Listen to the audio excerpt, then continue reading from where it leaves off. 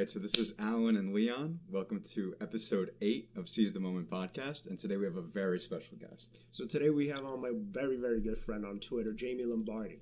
And so Jamie is a philosophy professor at Bergen Community College in New Jersey. That's right, and she taught philosophy at Rutgers and NYU, and she studied philosophy and bioethics there.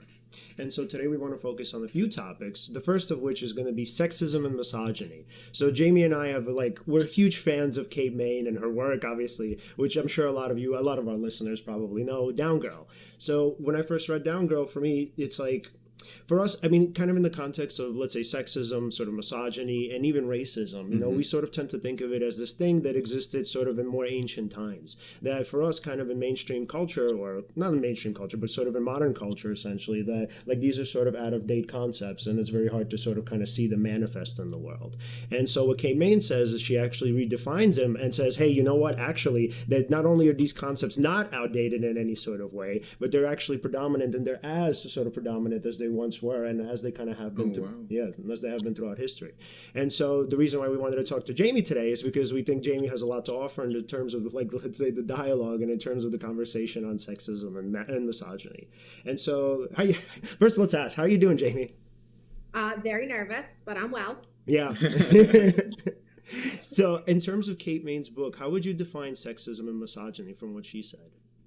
So I'm going to use Kate's definition herself, where she describes misogyny as the enforcement branch of the patriarchy, or as sexism. And it's a way of putting women back in their place. Yeah. And what would sexism look like? So sexism is more the ideological structure of the patriarchy, that men are inherently better than women. And so misogyny would be a way to enforce that hierarchy in both explicit and implicit ways. Yeah. And what I really loved about the book is when she redefined it, in terms of kind of how we usually kind of, let's say, conceptualize misogyny, the idea is that it's a hatred of women. And so for her, this never really made particular sense. For number one, it's because psychologically speaking, it's very hard to prove that somebody actually has that deep hatred, to sort of see that manifestation of it as an actual hatred or as a manifestation of misogyny. And then the second thing is, when we kind of redefine it, and like as Jamie just said, we reconceptualize it as the enforcement branch of a patriarchal system. What it would mean is that, let's say, when women in particular, when they are subservient, or when they are sort of following the norms and following the rules, there's really no particular reason to hate them. Right. Correct. And I think Kate Manne makes an excellent point in her book when she draws a distinction between the way political women are able to get ahead better when they do so through conservative politics. And she talks about, the relative success of Republican female candidates related to Democratic female candidates, precisely in relation to the way that their candidacies help to uphold patriarchal structures. And so they aren't subject to the same sort of backlash because they aren't questioning, and they most definitely are not threatening, the underlying patriarchal structure. Yeah. And what I really liked about some of the things that she said were that essentially for, like, let's say these conservative politicians, that essentially they kind of fed them a bone, right? Or sort of threw them a bone, rather, where it's like they'll give them some form of power, but as long as that power is sort of in its place and that they don't kind of step out of line. And it's so interesting because I think in terms of Republican politics, a lot of, let's say, Republicans, or conservatives essentially, will go and say something along the lines of, well, I mean, but look at how many sort of positions of power women are in. But it's a sort of very myopic view because they don't really see the kind of bigger picture which says, yes, they're in those positions of power because they were granted them, and that they can easily be taken away if they do step out of line. Right. I think that's correct. I think very often what gets missed about, the desire for a more feminist politics is that the idea isn't just to put women in position of power. The idea is to change the way power is leveraged. And so what makes much of our politics anti-feminist is the way that it affects women, right? And so if you merely change out your leaders and you put a woman in a position to advocate the same sorts of laws, as we saw with the passage of some of these anti-abortion legislation that continues to harm women, it's not made more feminist because the harm being done to women is being done by women. Yeah. And so what are your perceptions of the recent abortion laws, especially in particular in the South?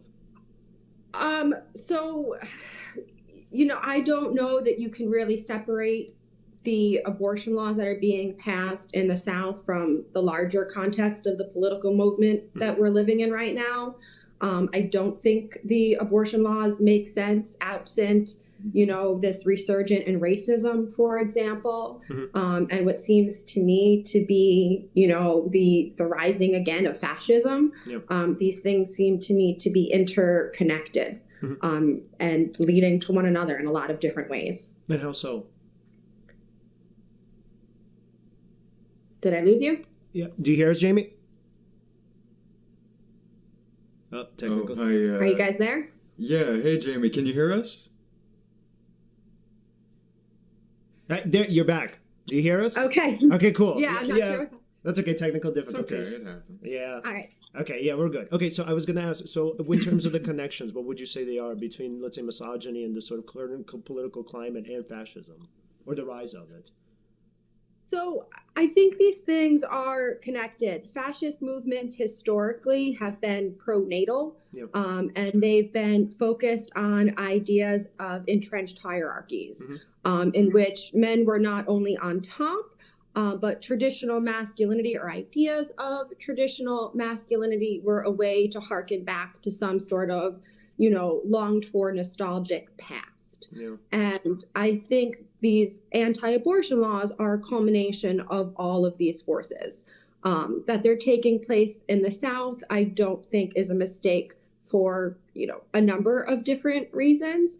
But most notably, the immigration crisis that's happening on our southern border. This is being used to fuel racism. It's being used to fuel xenophobia. In fact, researchers have said that some of these anti-abortion marches or some of these alt-right marches are some of the greatest recruiting grounds for white supremacist movements. And I think these laws sort of coincide with these racist and xenophobic ideas that immigration is going to lead to a great white genocide. And it's a way of policing primarily brown and black bodies because they tend to be most heavily impacted by these laws, and as a warning sign to other women for what's at stake if they don't get in line and support these traditional gender roles. I don't think it's an accident that these laws are not only going after abortion, but many of them are also attacking certain forms of contraception, which are very much not abortion. And what would you say are some of the cruelest aspects of these laws? I would say their disproportionate impact on women who are already vulnerable and marginalized. As Elizabeth Warren recently said, women's of means are always going to be able to get abortions. If you have the resources for, bus or airfare, you're going to be able to get somewhere with an abortion, where you can get an abortion. But if you work in a low-paying job, you may not be able to get the multiple days off in a row that are required for some of these states that have waiting periods. You may not be able to afford the procedure itself if you miss a number of days of work in a row.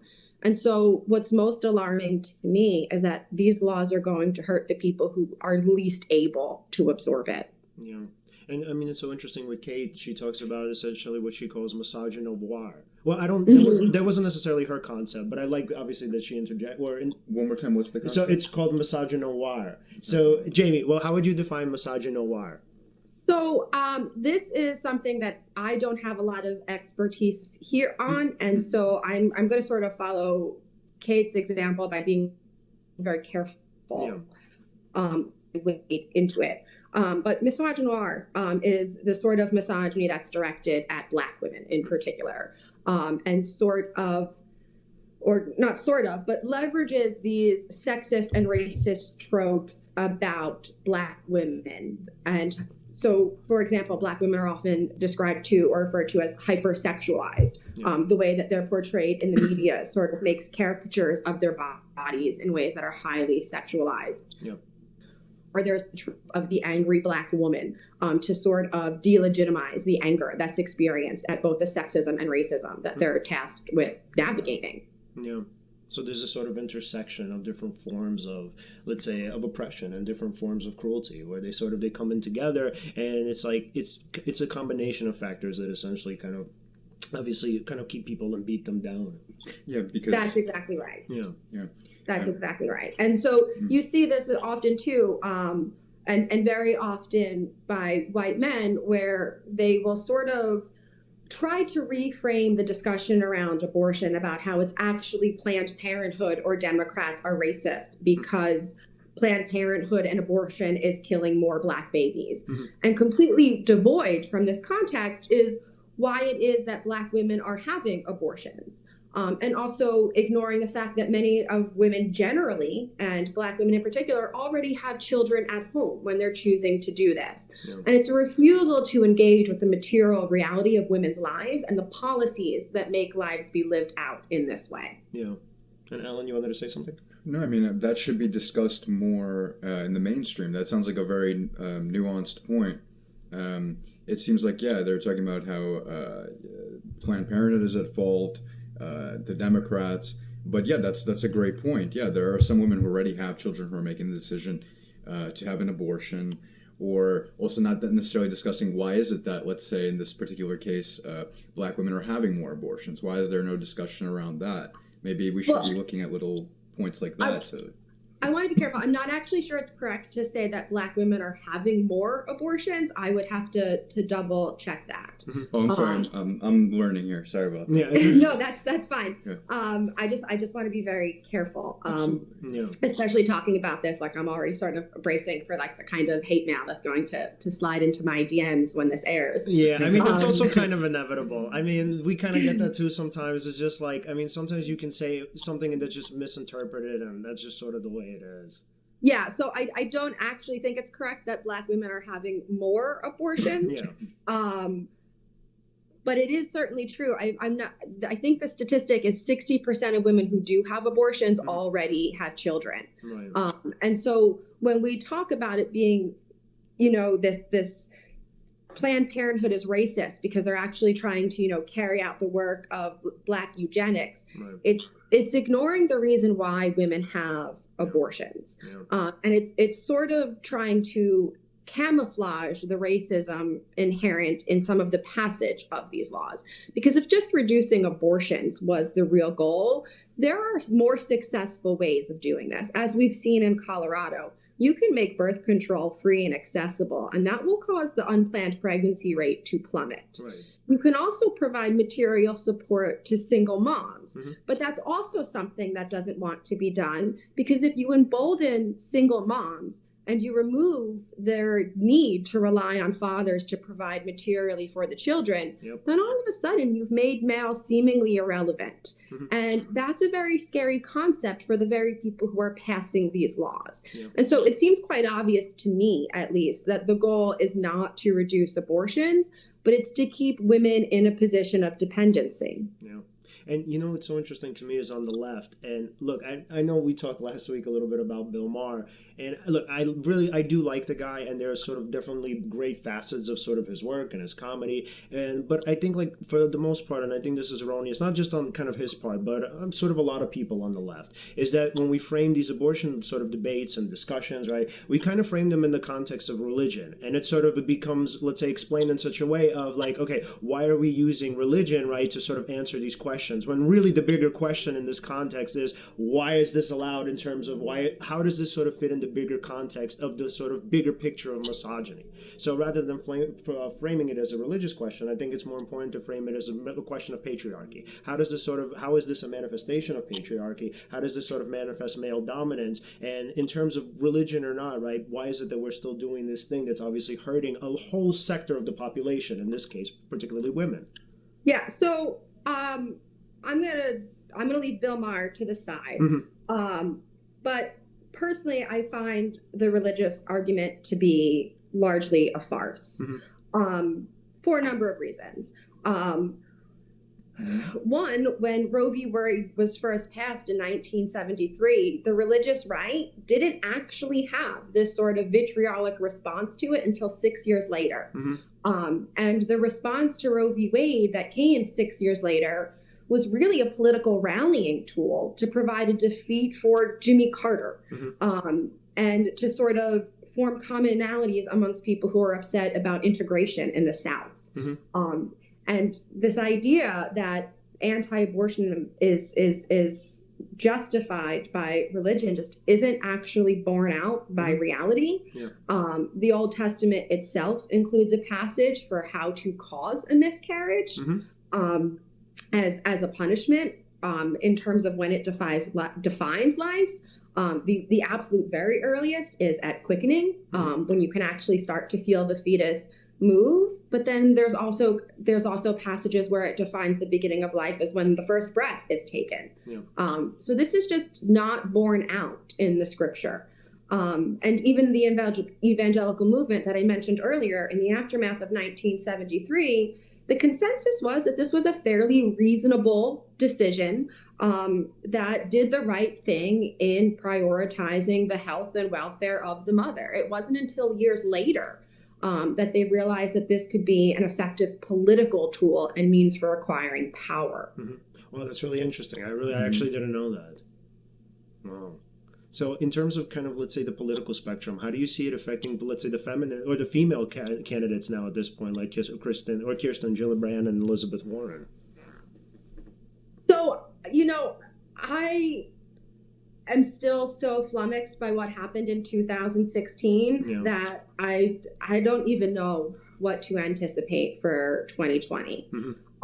I imagine that, particularly the women candidates will be exposed to a lot of potential gotcha moments as it comes to abortion, given that this can be such a lightning rod issue. So far, I've been encouraged at how strong a stance most of the Democratic candidates have taken on this, although I would be disappointed in myself if I didn't point out that Joe Biden's history on abortion is irredeemable, and it's absolutely inexcusable to me that he's now trying to position himself as someone who's been a friend to Roe v. Wade, when he once said that it went too far and that the decision to have an abortion should not be just up to women. And for our audience, can you please tell us a little bit about Joe Biden's history on abortion? So Joe Biden has tried to walk the line between being personally against abortion, but, politically sort of ambivalent about it. But at every opportunity in the Senate, he's voted against the expansion of women's rights until I think it was about a week ago. He continued to support the Hyde Amendment, which prevents federal funds from going to any organization that provides abortion efforts. And so, for example, if the United States is giving relief aid to another country, that money can't be given to that country if it will be in any way associated with an organization that provides abortions. And so up until, I think it was a week or two ago, Joe Biden had been a staunch defender of the Hyde Amendment. Additionally, he has voted, excuse me. And so additionally, he's been on the record stating that, this is an issue that should be given more latitude, where, it just shouldn't be up to just women. And I think he's helped perpetuate this idea that some of these anti-feminist views that sort of perpetuate under the idea that women just really can't be trusted to make their own medical decisions, that they're too emotional, they're not smart enough to understand the science. I think his participation in this debate has lended credibility to that. And so now we find ourselves in this moment where Brett Kavanaugh sits on the Supreme Court and, is many people expect would at least be willing to overturn Roe v. Wade if given the chance.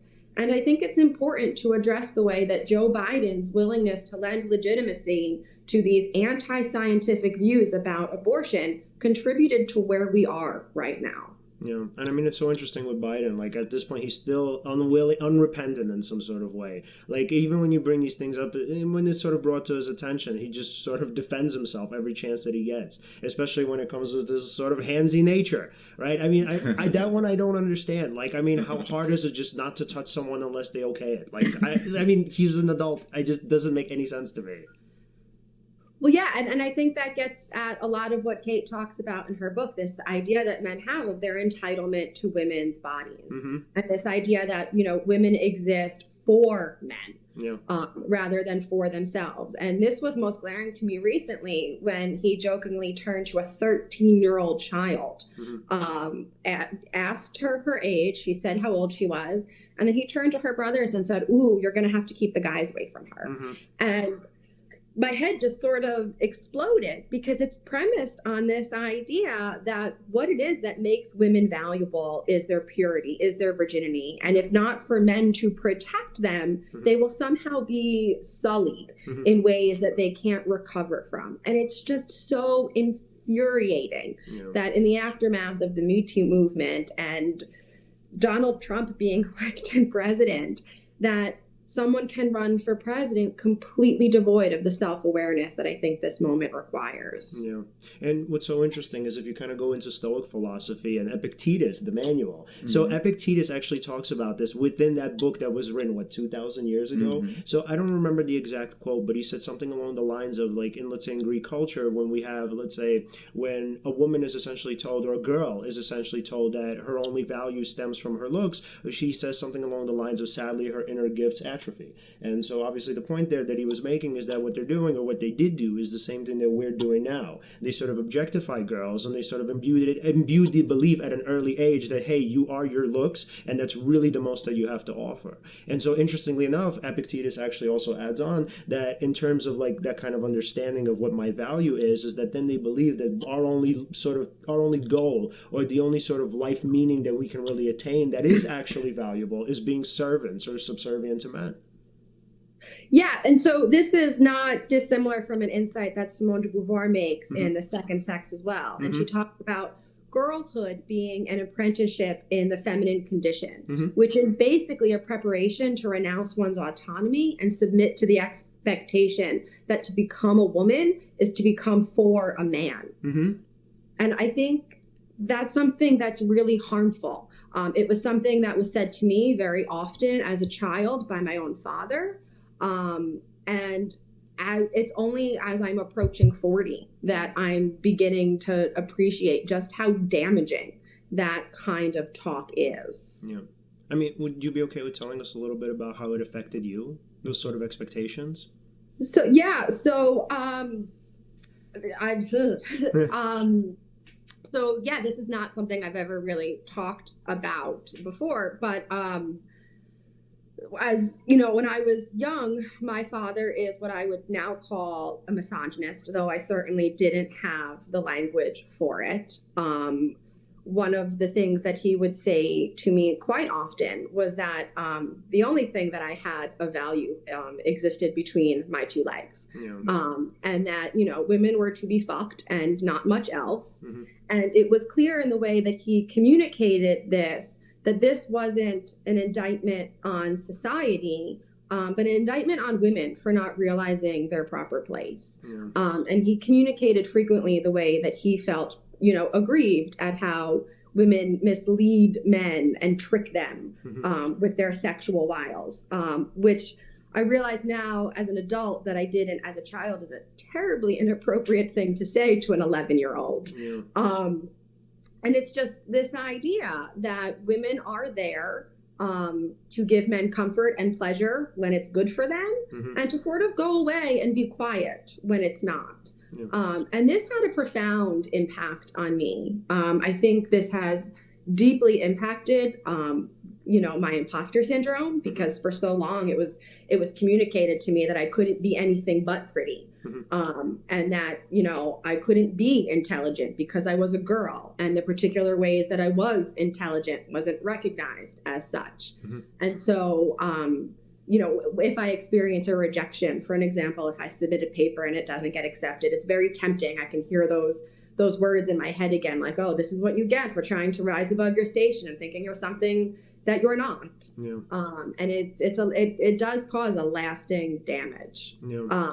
I feel very fortunate, that it hasn't been so damaging that I haven't, been able to overcome it in some ways, but not everybody is so lucky. Yeah, and I mean the difference and why it's so hard to, and I think we talked about it in previous shows. So just kind of to refresh our audience's memory. Yeah. So we talk about the difference between system 1 and system 2 thinking. So system 1 thinking essentially is your intuition. It's that part of you that says that I feel that this thing is true. That it's this sort of intensity of feeling and sort of the mystery of, oh my God, where does this come from? That kind of sustains the belief, right? So it's like when we talk about intuition, we have not only, first of all, it's obviously imbued in us at an early age, but then it's sort of periodically reinforced. And then because as a culture, we sort of put intuition on a pedestal. And we're like, oh my God, it's this great mysterious thing, right? So, and it feels so strong, therefore it has to be true. It's like our deeper selves talking to us. So then, like, let's say with Jamie, right, when we're talking about, let's say the system 2 thinking, the rational part of our brains, let's say Simone de Beauvoir is right? There's this sort of idea that, we have these cultural beliefs implanted in us, but they don't really make much sense when we examine them.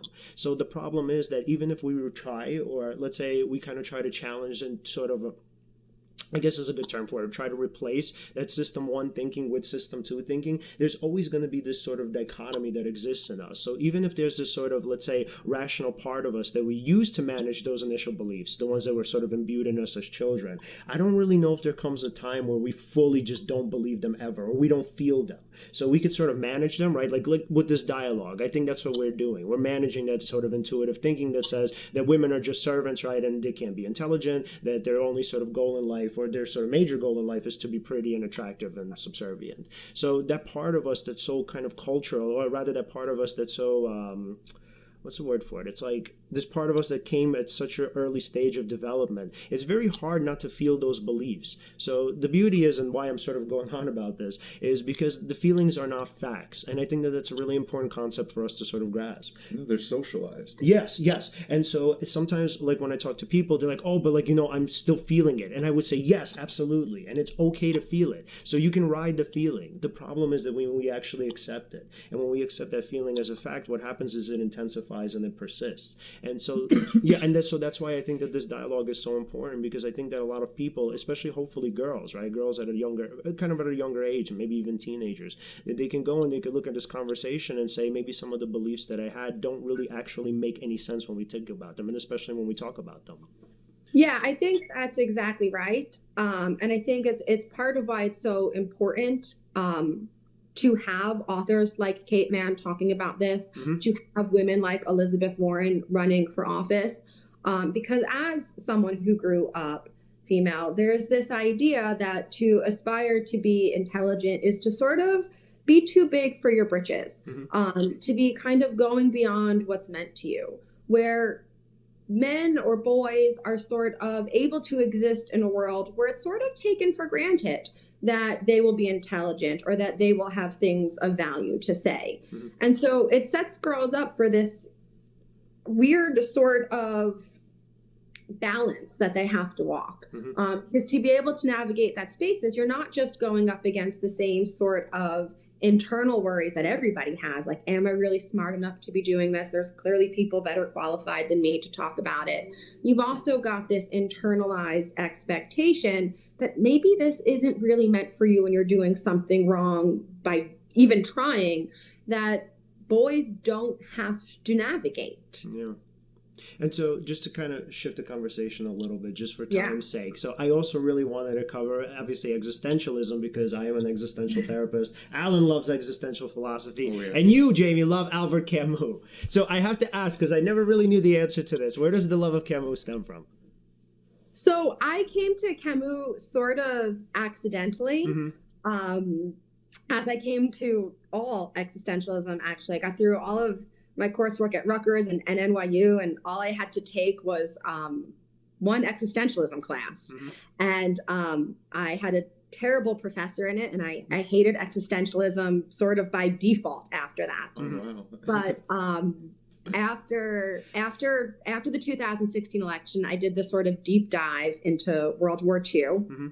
And sort of what to do in the face of fascism, and where did the resistance get it wrong? What did they do it right? And slowly but surely, I found my way to Camus. And I fell in love with him for 1,000 different reasons. At first, I just admired the stubborn refusal to stand up in the face of this gargantuan evil, his insistence on making a stand, even when it could cost one's life. And then as I began to read more into his personal life, there was something about him that I just was able to resonate with. In his personal writings, he talks often about this sense of despair that he carries with him all of the time, that he's haunted by. And he talks about the way that the poverty of one's childhood can color one's existence. And it just struck me, as someone who carries a lot of trauma from my own childhood, at how beautiful this was. And his way of dealing with this, he's sort of got this reputation of being, decadent and a bit of a cad. And that's certainly true. But my understanding of it is that this was his revolt in the face of, a trauma and a poverty that could have left him bereft and didn't. And so I see it as this sort of rebellious joy, this idea of grasping on to as much of what makes life beautiful while you can, despite all of the darkness that surrounds you. And that there's something about that that's very empowering. And so for me, Camus sort of feels like a kindred spirit, that this, by all rights, it would make sense to just sort of lie down and say, fuck it, this world is horrible. And there's very little any one person can do in the face of all that's wrong with it. But this is the day that I have available to me. There's life to be lived. There's joy to be had. And if it's the last thing I'm going to do, I'm going to make use of it while I can. And I just adore that. What's interesting is, didn't he know Simone de Beauvoir? Yes. Yeah. They had, if I'm not mistaken, a relationship. So, Jamie, actually, you know this. You know this better than we do. Did they? So I cannot find any first-person source of this claim. This comes from the Todd biography of Camus, where he sort of mashes together two different sentences to suggest this. He sort of asserts that Simone de Beauvoir was interested in Camus, but he rejected her. And then a sentence or two later, there's a quote from someone else where Camus had allegedly said how boring and dry Beauvoir would have been in bed because her pillow talk would have been about Hegel. And taken together, these are supposed to act as confirmation that indeed, yes, there was a relationship between these two. But so far as I've been able to find, there's no first-person account, even through the letters of Beauvoir, her memoirs, or from Camus, that actually stayed anywhere, that Camus and Beauvoir were romantically linked.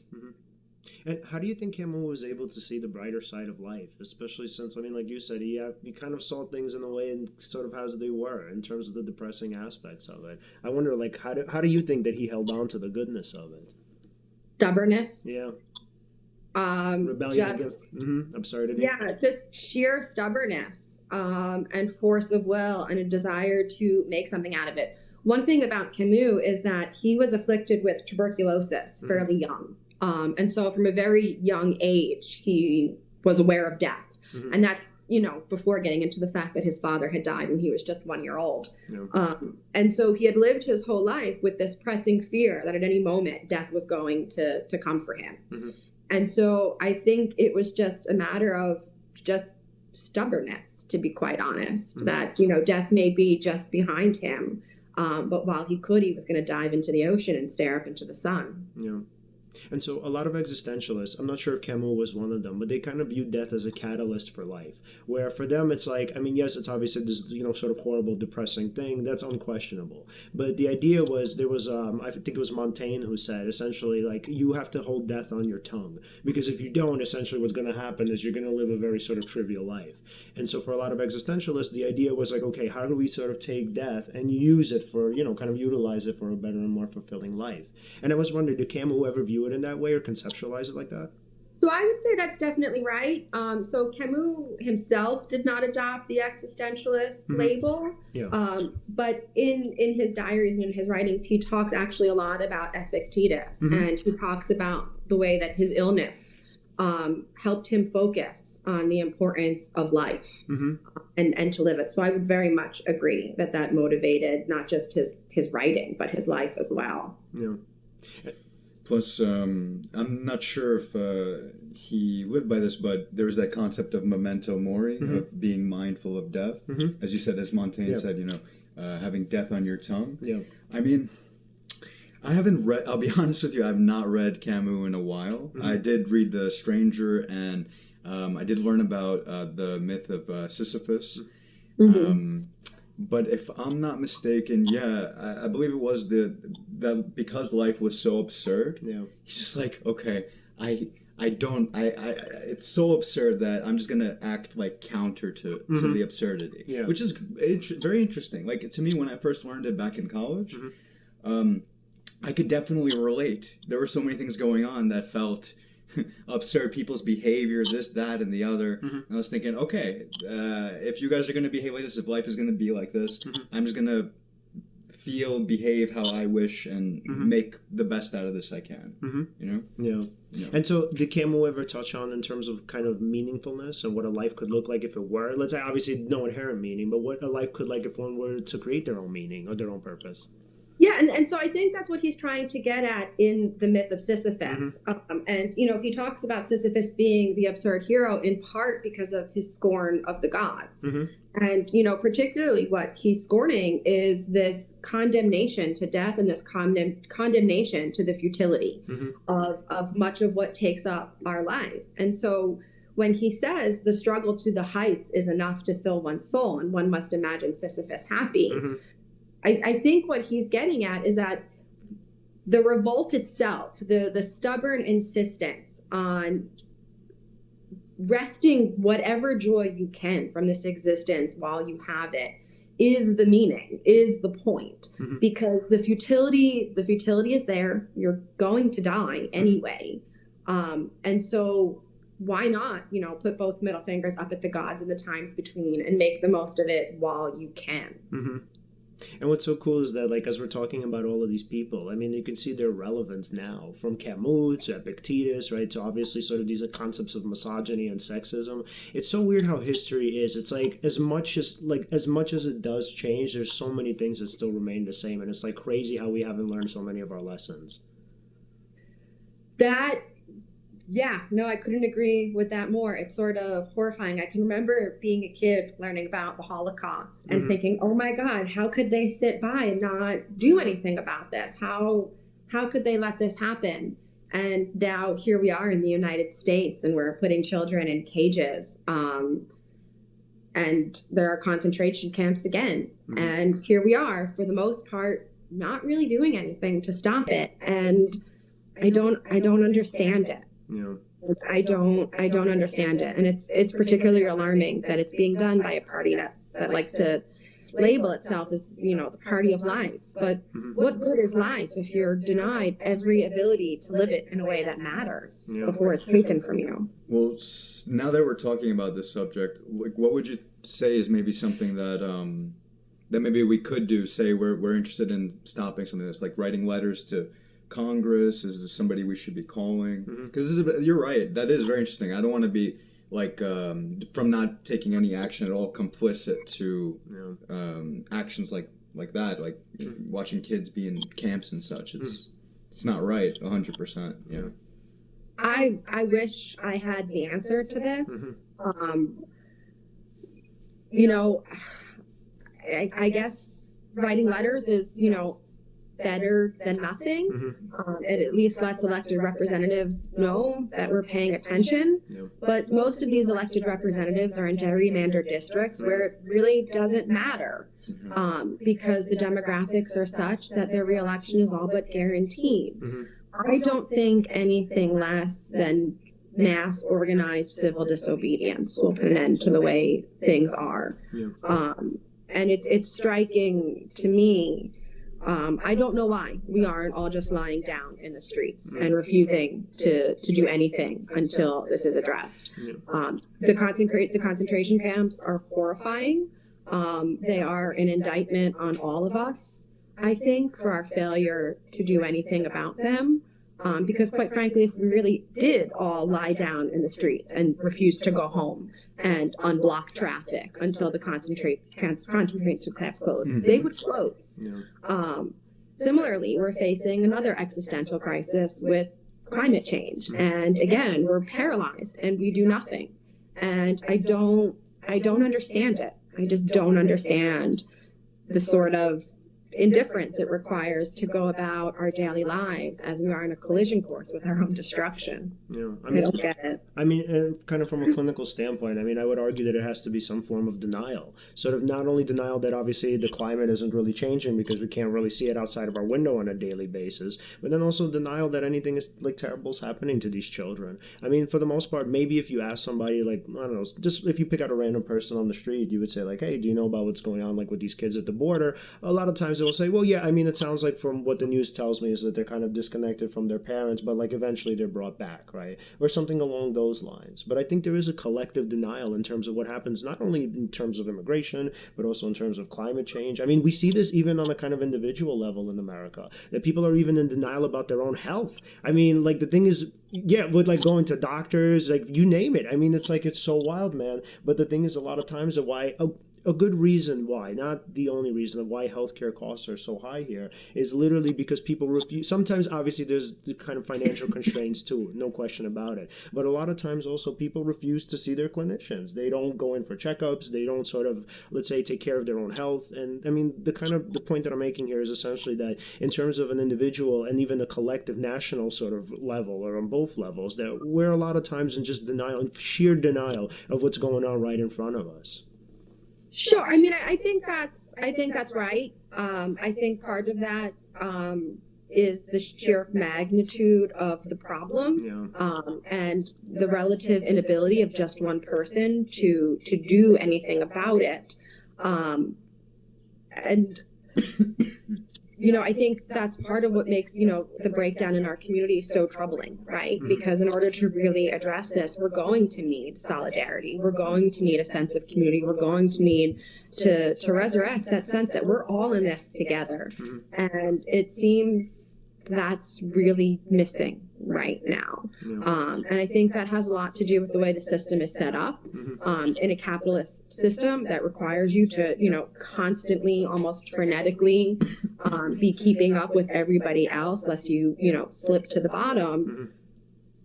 So much of people's energies are taken up just by like keeping their head above water. And so when people have to live their lives on this perpetual treadmill, it's really hard to sort of look to the side and see someone else falling behind, because if you turn your head, it may be you next. And so, I think that's a big problem, and I don't know how to address that. I wish I did. Yeah, and I love that perspective because it's incredibly empathic. I mean, we're kind of seeing it from the perspective of the people who are, in a sense, in denial. Because, I mean, clinically speaking, again, denial is a form or a manifestation of anxiety. And, I mean, it's interesting that because in terms of kind of how, for the most part, I mean, our daily lives are actually, obviously from work, but then also from the other sort of things that are going on in the world. I mean, they're very sort of stressful. Yeah, and I think it's designed that way on purpose. And I think, this is something that gets lost very often, especially when, self-proclaimed Democrats want to sort of make fun of, self-declared Republicans, right? It's very easy to sort of dismiss them as like racist or ignorant. But it fails to take into account what the lived reality is for most people. And thinking deeply about these things requires time and energy that most people simply don't have. If you have to put in 8, 10, 12 hours at a job that you most likely hate for, not enough money to cover all of your needs, you are cognitively drained. And to think deeply and meaningfully about the intersecting ways that these systems of power sort of rest on top of each other is not something that everybody can do. And it's easy and it's lazy to sort of dismiss people as ignorant and racist. Not that there aren't people who are. And to fail to understand the conditions that have put in place, precisely so they will be too depleted to think meaningfully about this. And I mean, go ahead. One thing that's actually pretty good about podcasts in general is that for the people who, let's say, most of their day is taken up by these concerns, well, they could allow other people to have these discussions in a way for them. Of course, they can think about it, and I don't discourage that. I think you should if you can. Right. But that's why this is useful. We have a conversation about this. We elucidate what we think is going on. Mm-hmm. If somebody like Jamie on who can help us out with this, and it's good. It's one way to kind of try to remedy the situation. Another would be, let's rework out how many hours a day people work and stuff like that. Mm-hmm. But until then, we have things like this. Mm-hmm. Other resources as well, which is good, if anything. Mm-hmm. And go ahead, Jamie. No, I was just going to say that I agree. I think there are some ways that these podcasts sort of serve to reconstitute a public that we no longer have. Right. We don't really have town centers anymore where people gather together and share ideas. Our lives are sort of pulled in 1,000 different directions. We spend more time in our cars than we do with our neighbors. Yeah. And there's a real breakdown in community because of this. And so I think podcasts absolutely do sort of reconstitute the public in a little bit by giving people an opportunity to share ideas with people that they maybe otherwise wouldn't encounter. Yeah. And you know what's so cool? So the thing is that, so it's like, for me, this is so wonderful how life works. So our second ever show, we covered the new book that I think came out maybe in April by David Brooks. It's called The Second Mountain. So in The Second Mountain, essentially, Brooks says exactly what you just said, Jamie. So he talks about community and how essentially the sense of community has completely eroded. And so for the most part, so he kind of, let me just sort of for everybody, for our audience, right, to kind of go back to these ideas. So the way David Brooks distinguishes the two mountains is as such. So he says the first mountain man is essentially sort of the ideal kind of capitalist, where they kind of go about their lives in terms of finding achievement or in terms of finding meaning in achievement. So they sort of go about their lives in terms of finding success, sort of whether it's material wealth, recognition, let's say, kind of trying to attain accolades. And the point is, it's a very individualistic way of living, where for them, happiness is intertwined literally with individual pursuits and individual success.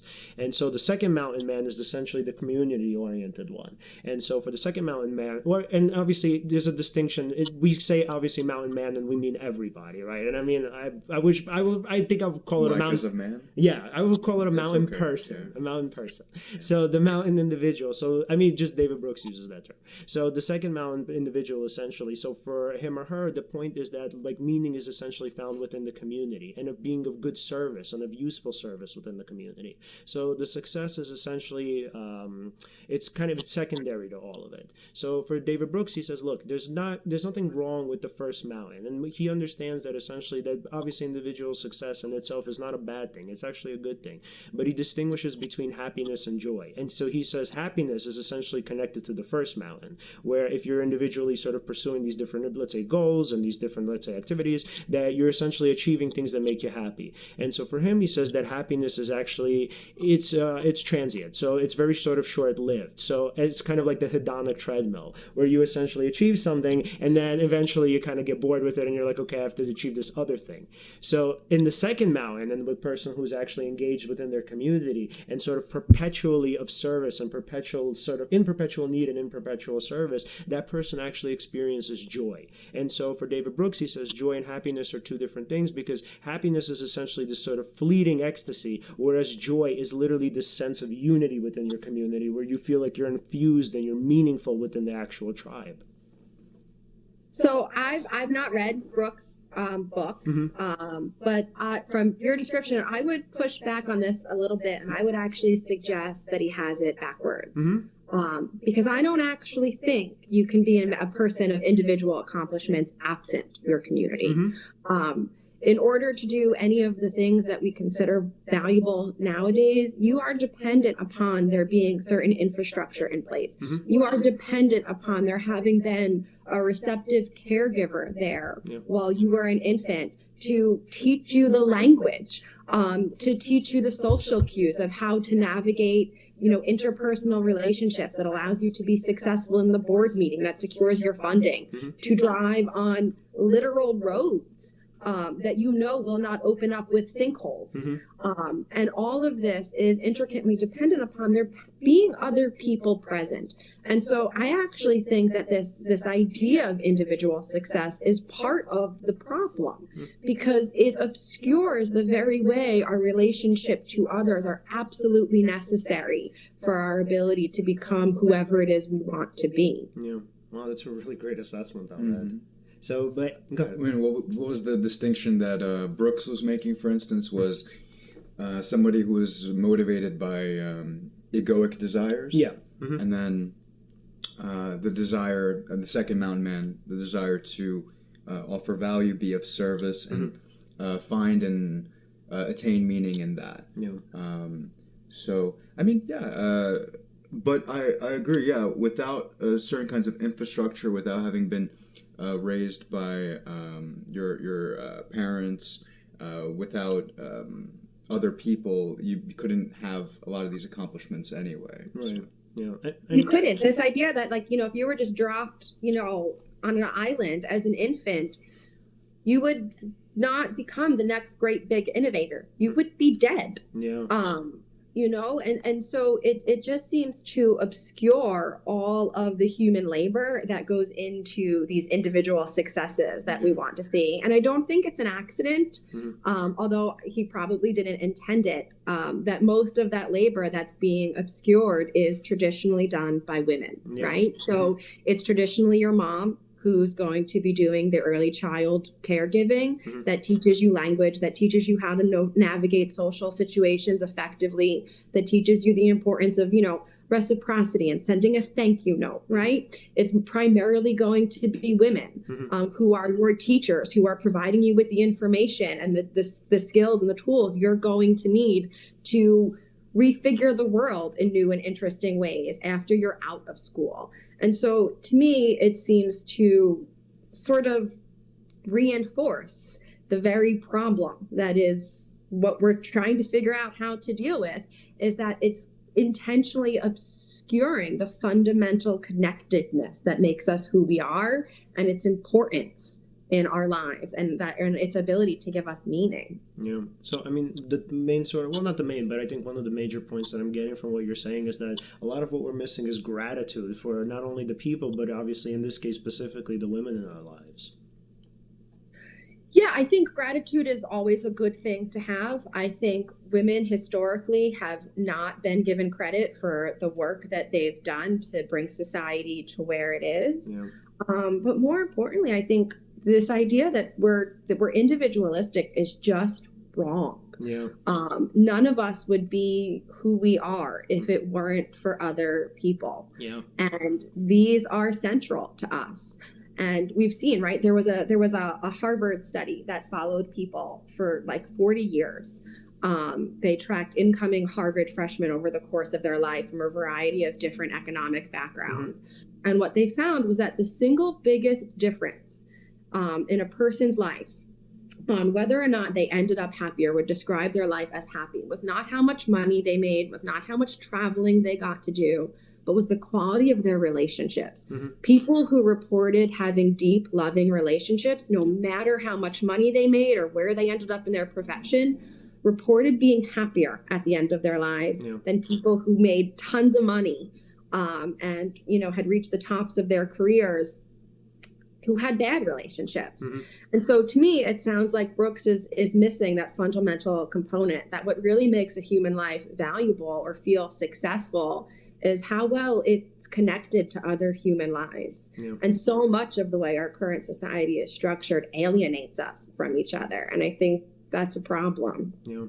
And so interestingly, so when we had Bill Irwin on our show, I think he was our first ever guest. And so Bill Irwin actually wrote the follow-up to Little Siddhartha kind of for our audience. Or he wrote Little Siddhartha, the follow-up to Siddhartha. And so interestingly enough, and there was something that was so obvious to me about the book that, I mean, I wasn't sure like if it was his intention for it to be so. So we had a conversation about it. And so Bill essentially said that in the first book, in the original Siddhartha, so Kamala, who is actually the mother in the book, right? She doesn't really have a prominent role. Like, so a little bit is said about her background, right? Obviously, she was like this courtesan, but like in terms of her raising Siddhartha, really very little is known about her. And so what Bill actually tried to do in the second book, which he obviously succeeded at and did very well, was he gave little Siddhartha's mother a prominent role. And so what we actually see is where you have this narcissistic father and this other sort of narcissistic grandfather. You have this mother who literally kept the family together and was a phenomenal figure for her son, like without which obviously he wouldn't have become the sweet, caring kid that he was. And I commend Bill for doing that, and I think that was a central part of the story, the relationship between little Siddhartha and his mother. Yeah, so I'm gonna have to check that out. Yeah, it's really good. It's a really, really good book. That sounds wonderful. Yeah. So, wow, I can't believe we're already like up for the hour. Time flies. All right, so Alen, do you have any final questions for Jamie before we go? Well, yes, actually. What would you say is your, and no pressure to answer this, but what would you say is your idealized version of maybe like the relationship of either men to women in society or women's place in society, like an idealized version of that? What ought to be? What should yeah. Yeah, that's a tough one. Or what do you think is like a good way or a good thing to strive for as far as that goes? So one thing that I think is really important is that first we have to get rid of the binary, and we have to stop thinking of men and women in terms of this strict dichotomy where they are necessarily sort of opposed to one another. I think my ideal society would see us more as equal members of a community, where we were able to more freely be ourselves in ways that were removed from some of these traditional sexist heteronormative sort of gender roles. I think that would be freeing for men, women, non-binary people, genderqueer people in ways that would be really beneficial and healing. I think one of the first ways to do that is that we're going to have to seriously address the fact that we don't have a meaningful ethic of sex that treats all participants as equal participants in the activity. We still have ideas about sex that are so heavily loaded with heteronormative, shame-bearing bullshit. And excuse my language, but I think until we unpack that and get at an idea of sex that allows people of all varieties to enjoy it for what it is, we're going to be behind the eight ball. So I think that's a pretty big priority. And my ideal world for people would be one where that is centered. Yeah, that's really awesome. Yeah, I agree. So, and Jamie, do you have any final thoughts for our audience? Everybody should read Camus and and Simone de Beauvoir. And Simone de Beauvoir, yes. I've just finished. I got an advanced copy of Kate Kirkpatrick's new Beauvoir biography. Yeah. And I loved it. And it's coming out in August, and I highly recommend everyone read that as well, especially if you're interested in any of the conversations that we talked about today. Yeah. Because it really gets into details about the way that we're situated in our world and the expectations that come with that shape who we are, shape how we understand ourselves, shape how we present ourselves, and the impact that has on the relationships that go on to further mold us. And it really is great. Yeah. And Jamie, if we wanted to follow you on social media, where would we find you? You can find me on Twitter. I was very fortunate to snag the user You the Fro over there. So you can find me on Twitter. Yeah, that's so cool. Yeah, and then, by the way, everybody, Jamie's Twitter is phenomenal. So by far one of my favorite profiles. Is it profile? I'm not sure. Yeah, profile. I'm glad you enjoy my carefully curated brand of philosophy and nonsense. Oh no, so yeah. So there are like a few Twitter handles that I go on like specifically to look at, and yours is definitely one of them. Thank you. All right, Jamie, and thank you so much for coming on. This was such a great conversation. Thank you guys so much. All right. And for our audience, should we say goodbye? And goodbye, everyone. Thanks for watching episode 8. Thank you. Bye.